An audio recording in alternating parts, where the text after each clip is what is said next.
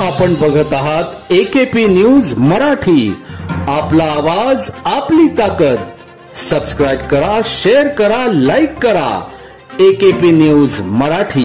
Nashik road मध्य रेल्वेने प्रवास करणारे देवेंद्र चंपालाल पाटील वय 25 राहणार साई शंकर नगर साईबाबा मंदिराच्या मागे भुसावळ जिल्हा जळगाव गुरुवार तारीख 27 जुलै रोजी मुंबई ते भुसावळ असा प्रवास करत असताना प्रवासादरम्यान नाशिक रोड रेल्वे स्थानकावर झोपेतून उठल्यावर त्यांच्या लक्षात आले की त्यांची एका काळ्या रंगाची लॅपटॉप बॅग, त्यात डेल कंपनीचा काळ्या रंगाचा लॅपटॉप किंमत 80,000, HP कंपनीचा सिल्वर रंगाचा लॅपटॉप किंमत 75,000, 2 चार्जर, एक मोबाईल चार्जर, एक ब्राऊन रंगाचे पाकिट, Aadhaar card, PAN card, driving licence, chequebook असा एकूण 1,55,000चा मुद्देमाल चोरट्याने झोपेचा फायदा घेऊन चोरी केली होती। याबाबत त्यांनी नाशिक रोड पोलीस ठाणे येथे फिर्याद देत गुन्हा दाखल करण्यात आला होता।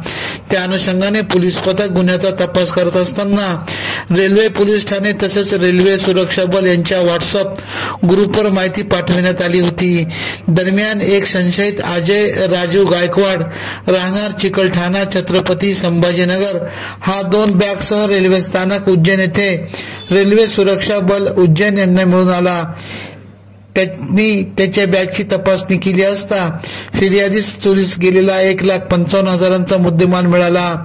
त्यांनी railway police Thane Nashik road येथे माहिती दिल्याने सहाय्यक पोलीस निरीक्षक सचिन बनकर यांनी तात्काळ पोलीस हवालदार राजू बच्छाव, रेल्वे सुरक्षा बल नाशिक रोड येथील सागर वर्मा यांना उज्जैन येथे पाठवून संशयित चौकशी कामे ताब्यात घेऊन railway police Thane Nashik road येथे मुद्देमालासह हजर केले।